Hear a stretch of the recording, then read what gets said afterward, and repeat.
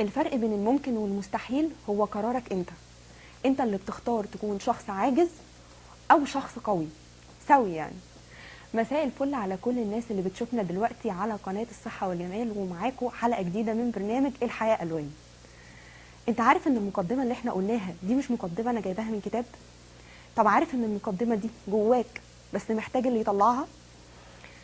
جوه كل واحد فينا هدف وحلم فضل عمره يحلم بيه. في ناس اللي لقيته واكتشفته، وفي ناس للأسف ما لقيتهوش. الناس دي اتخلقت لرسالة معينة ربنا بعتها ليهم، رسالة هم يعملوها ويتمموها على أكمل وجه. محدش اتخلق وهو مش معروف ايه المفروض يعمل ايه، بس الفكرة ان احنا ساعات بنكسل وبنتوه في زحمة الحياة.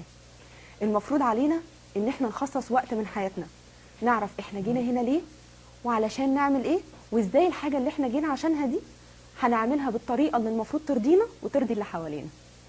النهاردة هيكون معانا أستاذ علم النفس بكلية الآداب جامعة عين شمس الدكتور فتحي الشرقاوي. هيتكلم معانا في حاجات كتير خاصة بالأهداف والأحلام والطموحات. مش بس كده، أحيانا احنا بيبقى جوانا حاجات كتيرة احنا مش عارفينها ومتلخبطين. الدور بتاعنا ان احنا نعرف نفنش كل حاجة جوانا لحد ما نوصل لبر الأمان، السلام زي ما بيقولوا.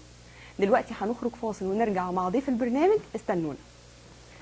ورجعنا لكم بعد الفاصل، والنهارده دكتور فتحي الشرقاوي قال لنا حاجات كتيره اهمها ان احنا لازم نمسك ورقه وقلم ونكتب احنا عايزين ايه، واللي اكتر من ان احنا نكتب احنا عايزين ايه، نكتب احنا عايزين الحاجه دي ليه.